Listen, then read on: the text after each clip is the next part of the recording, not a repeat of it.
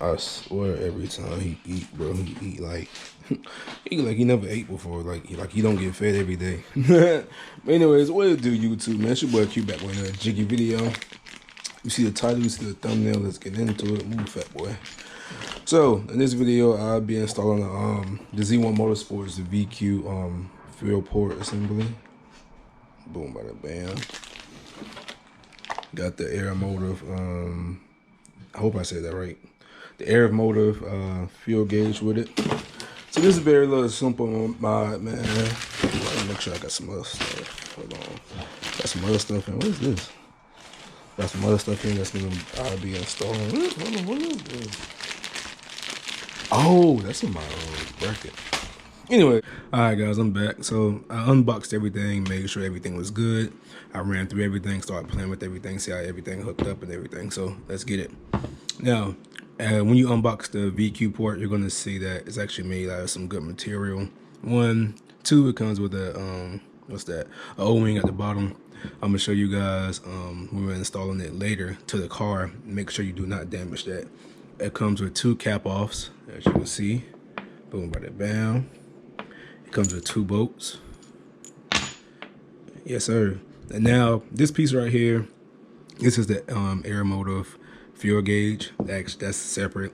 All this together, I'm going to make sure I link everything down in the description for you guys. But everything in here, this costs like, I think like $100 together, like $60, $70, and this is like $20. So after tax, you're probably looking at like $105, $110. Now you're going to use a 4.5 hex key to take your cap off. Now, if you only want to use the fuel gauge, you only have to take 1 cap off. Now, if you want to run like nitrous and stuff like that as well, it's like a nitrous adapter. It can be used as a nitrous adapter. Then you, I think you would take off both cap offs.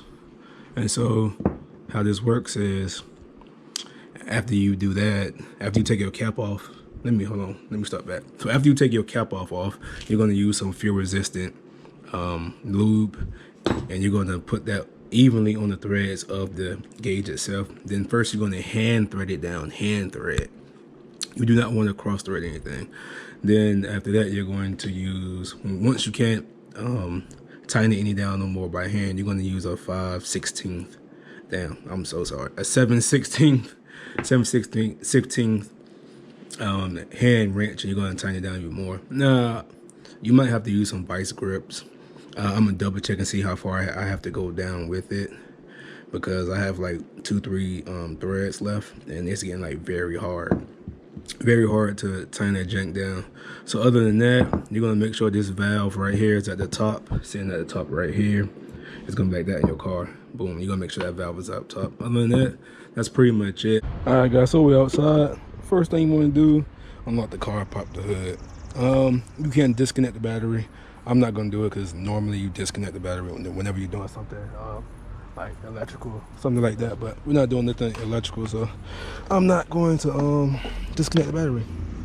Now take off the fuel cap so you can get all the pressure out of the fuel tank and fuel lines as possible. But when you take off the fuel line, now my fuel line is like up here ever since I installed the MREV2 and everything, and it really never went back in correctly. So it's right there. The only thing you do is take the little 10 mils off, put in your new adapter kit, put the fuel line on top of it, or a fuel adapter. What's that shit called? I'm gonna just say fuel line. Put the fuel line on top of it, screw it all down, you're good to go. I forgot to mention that when you do, before you start taking everything apart, taking the fuel line off, make sure you put some rags underneath there, so any fuel that's wasted is not going, on anything. You don't catch on fire. The rags will catch it. And also, I think the torque specs are 70 inch-pounds, if I read correctly. And the GoPro, it's definitely not tight. I'm cracking them open without adding any little extra pressure.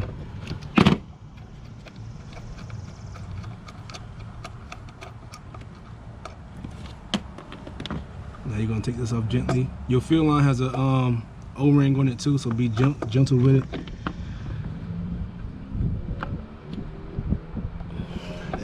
could see stuff there. Sheesh. Got the fill line off. That jank was a kind of a pain, bro. It didn't want to come off. That's like rested in it back. Yeah. It didn't spill much fuel though. So then just put this down in there. Let's put it down flat just like that. And put this bad baby on top. Get all that dust and stuff out of there.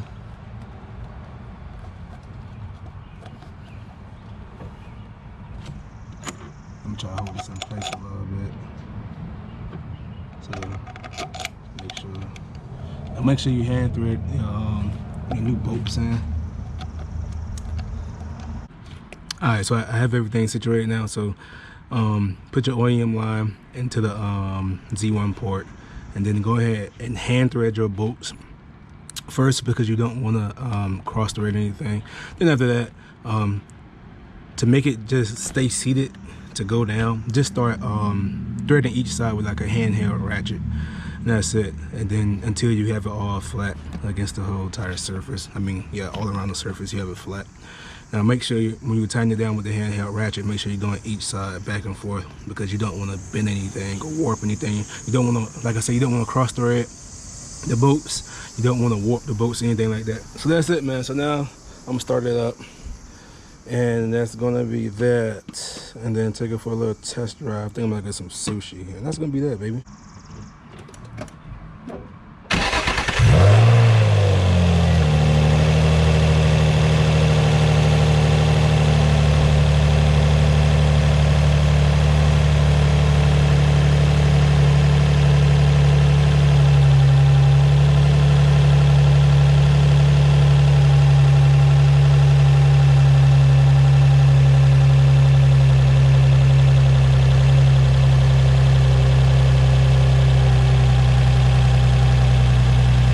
So I don't see any leaks. Not if you got good fuel pressure. Now before you start the car, make sure you make sure you put your fuel cap on. Don't be a dummy like me. Appreciate all the support, man. I'll catch you guys on the next one. Peace out.